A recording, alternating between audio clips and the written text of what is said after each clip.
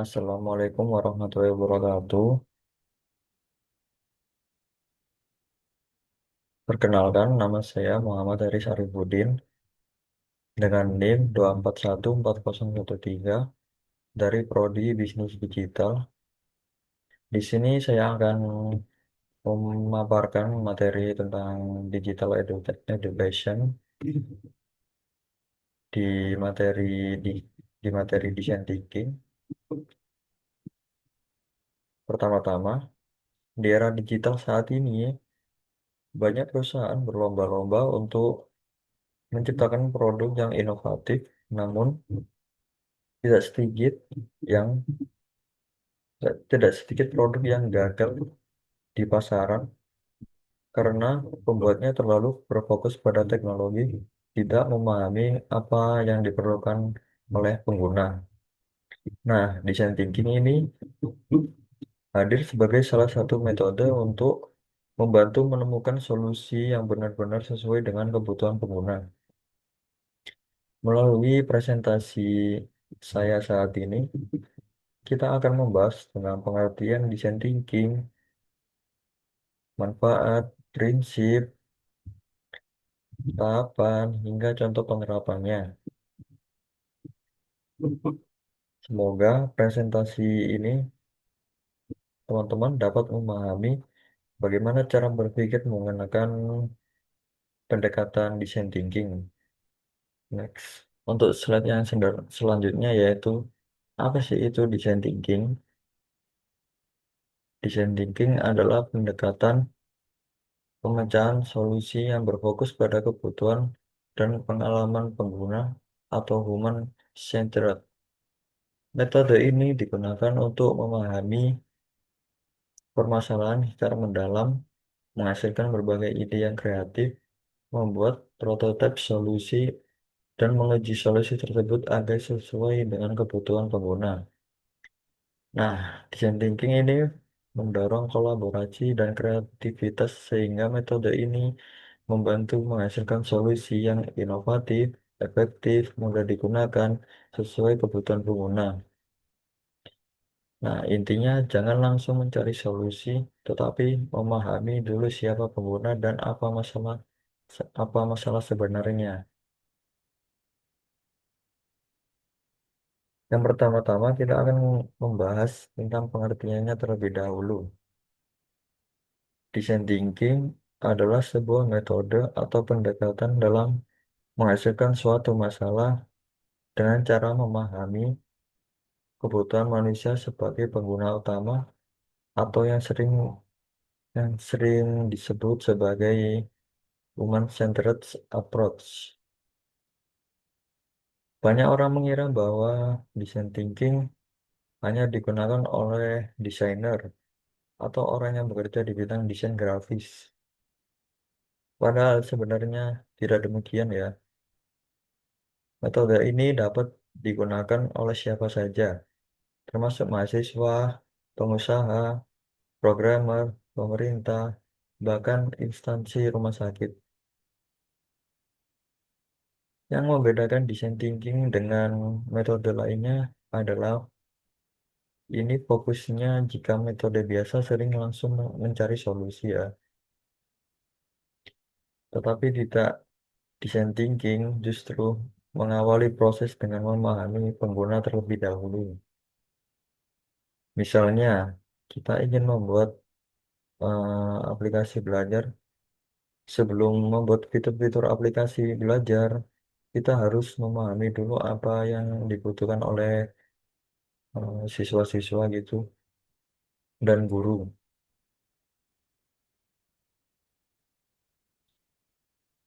Kita harus mengetahui dahulu apa kesulitan yang dialami mahasiswa saat belajar.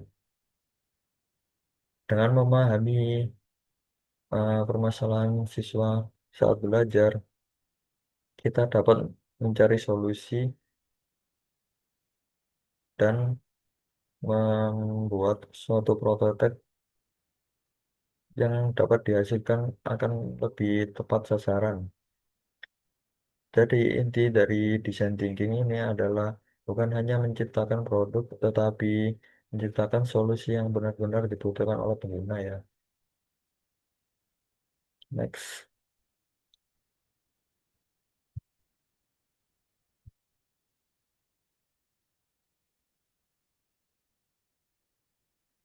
Nah, untuk slide selanjutnya, mengapa design thinking itu penting? Dalam dunia bisnis maupun teknologi, banyak produk gagal dikarenakan satu, tidak memahami kebutuhan pelanggan. Yang kedua, hanya fokus pada teknologi. Yang ketiga, mengembangkan produk berdasarkan asumsi. Yang selanjutnya yaitu design thinking membantu untuk memahami kebutuhan pelanggan. Kedua, mengurangi resiko kegagalan produk. Ketiga, menghasilkan inovasi. Yang keempat, meningkatkan kepuasan pelanggan. Nah, mengapa design thinking menjadi sangat penting? Saat ini persaingan bisnis sangat ketat. Banyak produk yang sebenarnya memiliki teknologi canggih, tetapi gagal digunakan di masyarakat karena tidak sesuai dengan kebutuhan mereka. Sebagai contohnya, ada aplikasi yang memiliki puluhan fitur, namun tampilannya rumit sehingga pengguna kesulitan untuk menggunakannya dan mengoperasikannya. Akibatnya, aplikasi tersebut ditinggalkan dan tidak dipakai. Dengan menggunakan design thinking ini, perusahaan dapat memahami apa yang sebenarnya dibutuhkan oleh pelanggan atau pengguna ya. Sehingga produk yang dibuat itu lebih tepat sasaran dan mudah digunakan dan lebih bermanfaat tentunya. Selain itu, design thinking juga membantu mengurangi risiko seperti kegagalan produk.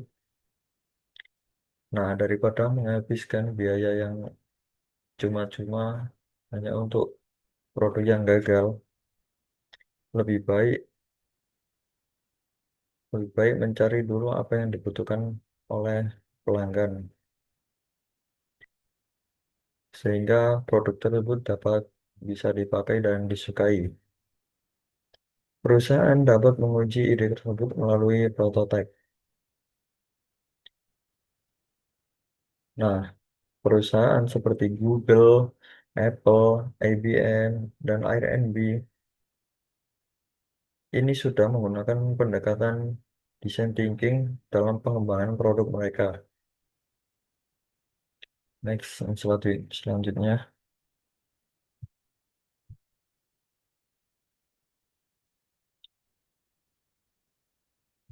Nah, ini. Yang selanjutnya yaitu sejarah singkat tentang design thinking. Design thinking mulai berkembang pada tahun 1990-an. Tokoh pendirinya yang paling penting yaitu Tim Brown, IDEO, ASO Plattner Institute of Design. Design thinking berkembang ke berbagai kalangan. Yang pertama bisnis, yang kedua marketplace, yang ketiga pendidikan, yang keempat pemerintah, yang kelima layanan kesehatan, yang keenam teknologi informasi. Nah, design thinking ini sudah mulai dikembangkan pada tahun 1990-an. Salah satu perusahaan yang mempopulerkan adalah IDEO, yaitu sebuah perusahaan konsultan desain dari Amerika Serikat. Toko yang paling dikenal yaitu Tim Brown, CEO IDEO, selaku CEO IDEO, yang menjelaskan bahwa inovasi terbaik selalu berawal dari pemahaman setiap manusia. Setelah itu, konsep ini dikembangkan lebih lanjut di Stanford Business School. sehingga banyak digunakan di berbagai universitas dan perusahaan di seluruh dunia. Nah, itu sejarah singkat dari design thinking. Next.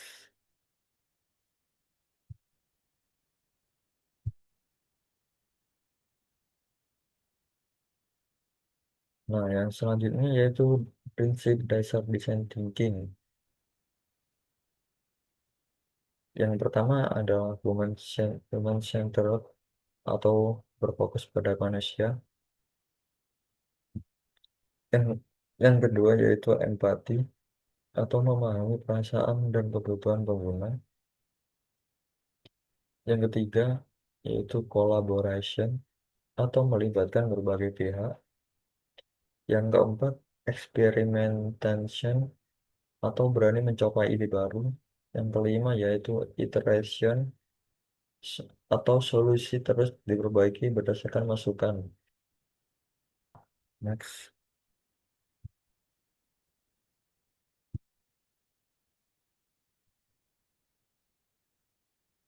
Yang selanjutnya yaitu 5 tahapan design thinking. Yang pertama ada empathize atau memahami kebutuhan pengguna. Yang kedua yaitu ada define atau merumuskan pernyataan masalah. Yang ketiga ada ideate, pendapat sebanyak mungkin untuk solusi inovatif sebelum merumuskan ide terbaik. Yang keempat ada prototype atau membangun versi sederhana dan berskala kecil dari solusi yang dipilih. Yang kelima ada tes atau menguji cobakan prototipe langsung kepada pengguna untuk mendapatkan umpan balik atau feedback.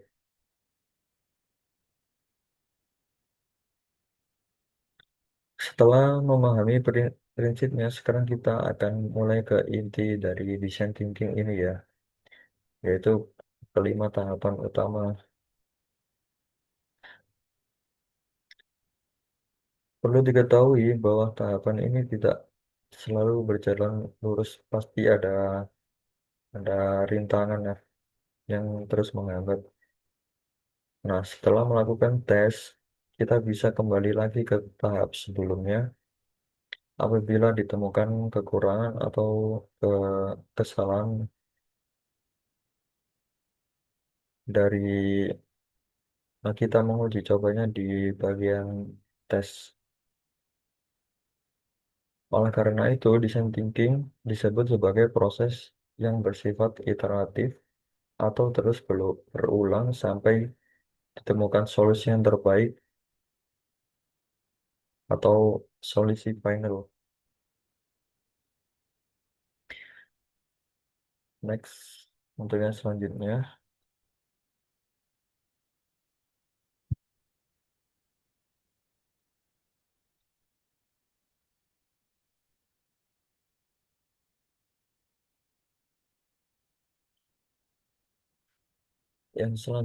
ini ada empathize atau yang nomor pertama tadi. Sebagai seorang desainer, masalah yang sering coba diselesaikan seringkali bukanlah masalah kalian sendiri, melainkan masalah kelompok orang tertentu atau bisa disebut user. Ketika membuat desain penting untuk memahami diri mereka, apa yang penting bagi mereka. Tujuan dari empathize yaitu memahami kebutuhan pengguna secara mendalam.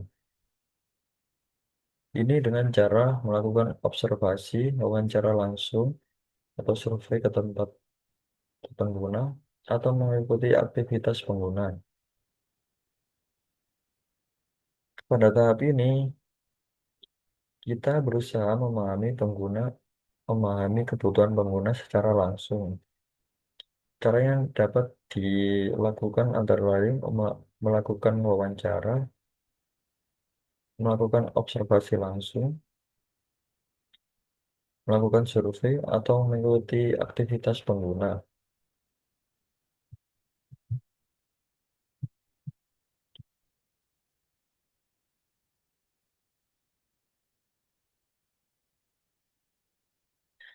Sebagai contohnya, Jika kita ingin membuat aplikasi, jika kita ingin membuat aplikasi pengingat tugas kuliah, jangan langsung membuatnya, jangan langsung membuat aplikasinya. Kita harus bertanya dulu apa yang kita harus bertanya dulu kepada mahasiswa apa yang sebenarnya dibutuhkan dan apa yang mereka dapat kesulitan, apa yang apa kesulitan yang mereka alami.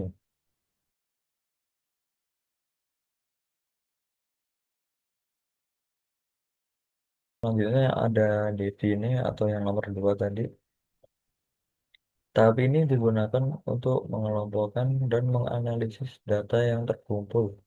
Di sini Anda merumuskan statement atau pernyataan masalah inti yang jelas yang mempresentasikan masalah spesifik yang ingin diselesaikan. Define ini bertujuan untuk menetapkan fokus masalah utama yang berpusat pada sudut pandang pengguna dan pada kebutuhan bisnis atau teknologi.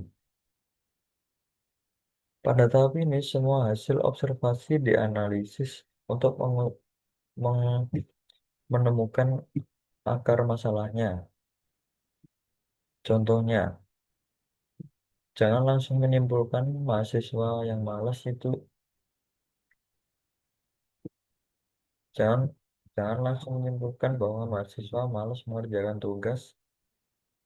Setelah dianalisis, ternyata masalah sebenarnya adalah mereka kesulitan mengatur waktu atau memanajemen waktu. Dari situ kita bisa membuat suatu problem statement atau pernyataan masalah, yaitu kalimat yang menjelaskan masalah utama pengguna.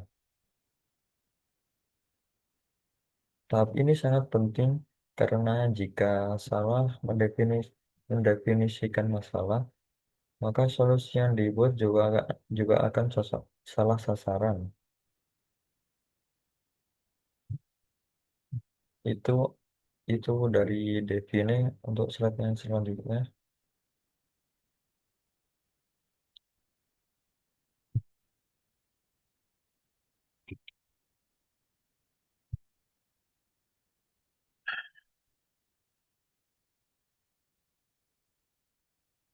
Nah, yang selanjutnya ini ada IDAT yang nomor tiga tadi.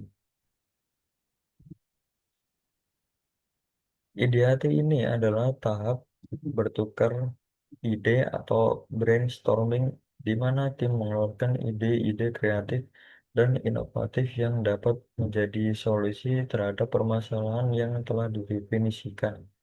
Pada fase ini, semua ide diterima dan tidak ada batasan kritik untuk mengeluarkan ide-ide yang dapat menjadi solusi terhadap permasalahan.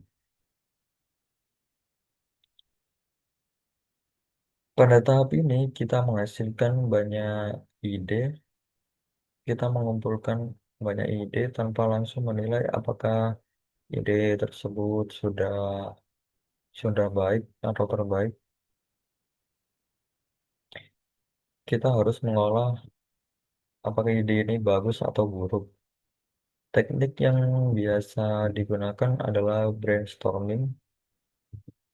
Contohnya, misalnya kita ini membantu mahasiswa mengatur tugas. Ide yang muncul itu contohnya berupa kalender otomatis,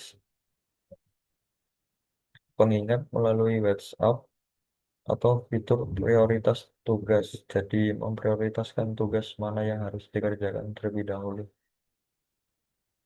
Semakin banyak ide yang muncul, semakin besar peluang menemukan solusi terbaik. Setelah semua ide terkumpul, barulah dipilih ide yang memungkinkan untuk dikembangkan menjadi ide yang terbaik untuk dibuat suatu prototipe. Mungkin itu dari bagian IDAT. Untuk slide yang selanjutnya.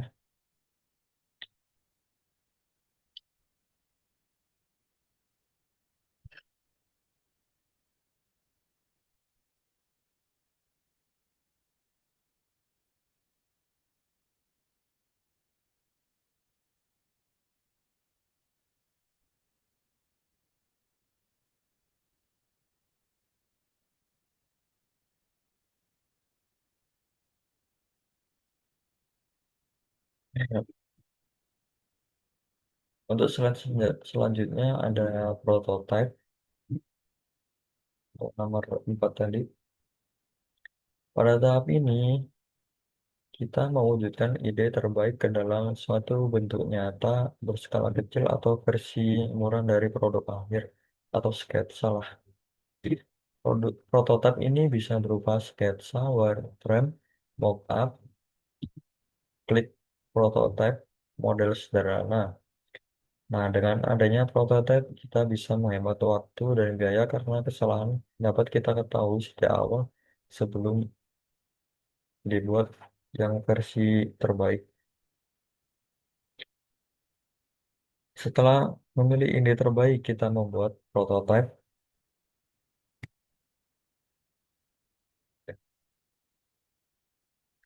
Prototipe merupakan contoh awal atau model sederhana dari produk yang akan kita buat. Tujuannya bukan menghasilkan produk yang sempurna, tapi agar pengguna dapat mencoba konsep yang telah dirancang oleh kita. Jadi pelanggan itu bisa memiliki gambaran lah produk yang akan kita buat seperti apa dan bisa menilai. Prototipe biasanya nggak digambar di kertas, sketsa, wireframe, mockup, maupun aplikasi sederhana. Nah, dengan adanya prototipe ini kita bisa menghemat, tentunya menghemat waktu dan biaya karena kesalahan itu kita dapat ketahui sejak awal dan tidak perlu kalau ada kesalahan itu tidak perlu mengulang lagi. Bisa langsung dapat masukan dari pelanggan. Mungkin itu yang dari prototipe. Untuk slide yang selanjutnya.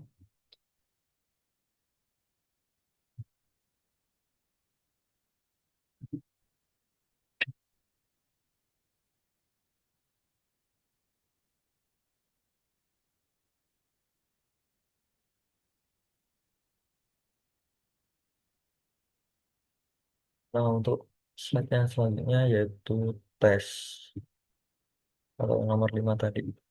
Di tahap ini kita menggunakan tes untuk menguji prototipe yang tadi untuk memperbaiki masalah.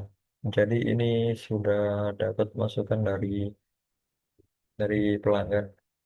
Desainer akan mengamati bagaimana penggunaan pengguna berinteraksi dengan prototipe tersebut dan mengumpulkan umpan balik atau feedback dari pelanggan. Nah, ini hal yang perlu kita amati. Apakah prototipe ini mudah digunakan? Apakah prototipe ini membantu menyelesaikan masalah? Nah, bagian mana yang perlu diperbaiki? Masukan pengguna digunakan untuk mengembangkan produk kembali.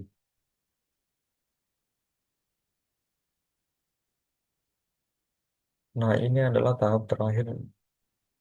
Pada tahap ini, prototipe diberikan kepada pengguna untuk dicoba secara langsung. Selama proses tersebut, kita mengamati bagaimana pengguna menggunakan produk. Kita juga meminta kritik dan saran atau masukan mengenai apa saja yang perlu kita perbaiki. Jika ternyata masih ada kekurangan, masih kita, maka kita kembali lagi ke tahap sebelumnya. Dengan demikian, kualitas produk akan terus meningkat sesuai kebutuhan pengguna.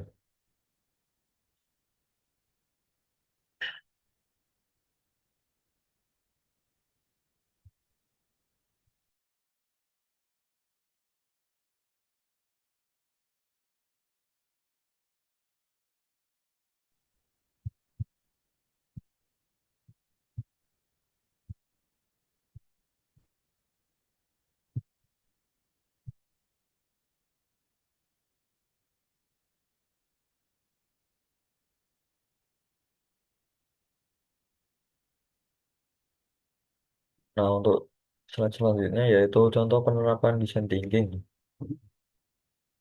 Yang pertama, penerapan pada teknologi dan aplikasi. Contohnya, ini Airbnb menumbuhkan empati langsung kepada tuan rumah dengan memotret sendiri properti mereka. Pendekatan ini mengubah bisnis yang nyaris bangkrut menjadi raksasa akomodasi global. Yang kedua yaitu penerapan pada bidang pendidikan. Pengembangan aplikasi edutech, educational teknologi, platform pembelajaran digital menggunakan prinsip ini untuk menciptakan fitur yang sesuai dengan kebutuhan siswa. Yang ketiga yaitu penerapan pada bidang kesehatan, transformasi mesin MRI oleh GE Healthcare yang mengubah alat medis menakutkan menjadi wahana petualangan interaktif ramah anak. Hasilnya, ketakutan pasien anak menurun drastis hingga penggunaan bius berkurang secara signifikan.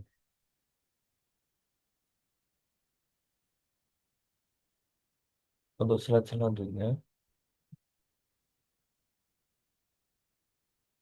nah ini ada studi kasus dari design thinking. Studi kasus mengenai transformasi layanan transportasi ojek.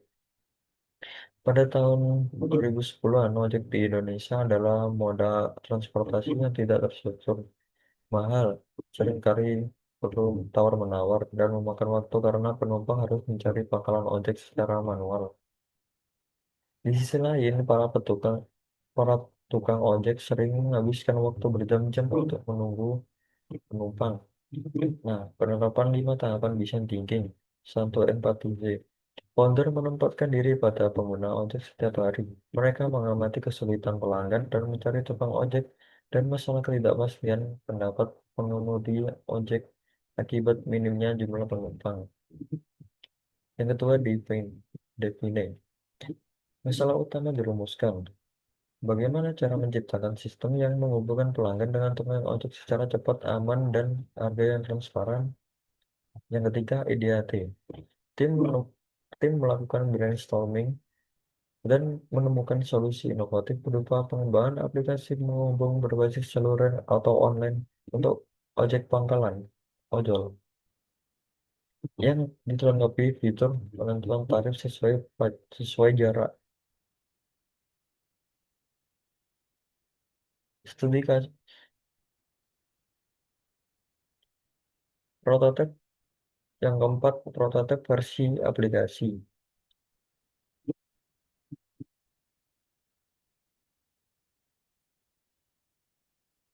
Yang keempat, prototipe. Versi awal aplikasi dibuat dalam skala terbatas untuk menguji fungsionalitas pemesanan dan pelacakan GPS. Tahap awal ini berfokus pada interaksi dasar antara pengguna dan pengemudi. Yang kelima atau yang terakhir yaitu tes. Aplikasi diuji coba kepada sekelompok kecil pengguna dan pengemudi. Umpan balik digunakan untuk memperbaiki bug dan meningkatkan kenyamanan antar muka atau UI UX aplikasi tersebut. Hasil akhir, pendekatan ini berhasil mengubah ojek konvensional menjadi layanan profesional berbasis teknologi yang sangat dicari. Hal ini membuktikan bahwa memahami kebutuhan pengguna, solusi yang dihasilkan dapat merevolusi kebiasaan masyarakat dan menciptakan industri bernilai miliaran dolar. Yang selanjutnya yaitu kelebihan dan kekurangan design thinking. Satu, berpusat pada pengguna. Dua, menghasilkan inovasi. Yang ketiga, fleksibel. Yang keempat, mengurangi resiko kegagalan. Yang kelima, kolaboratif. Dua, kekurangan. Satu, membutuhkan waktu. Yang kedua, memerlukan banyak riset. Yang ketiga, proses berulang. Yang keempat, tidak selalu menghasilkan solusi instan. Jadi harus dicoba untuk mendapatkan hasil yang terbaik. Dicoba terus. Nah, kita sudah sampai di penghujung pembahasan, yaitu kesimpulan. Dapat kita simpulkan bahwa design thinking merupakan metode penyelesaian masalah yang berpusat pada kebutuhan manusia sebagai pengguna. Metode ini membantu menghasilkan solusi yang lebih inovatif, efektif, dan sesuai dengan kebutuhan pengguna, karena setiap keputusan dibuat berdasarkan hasil observasi bukan sekadar asumsi. Mungkin itu yang bisa saya sampaikan, kurang lebihnya mohon maaf. Saya akhiri, wassalamualaikum warahmatullahi wabarakatuh.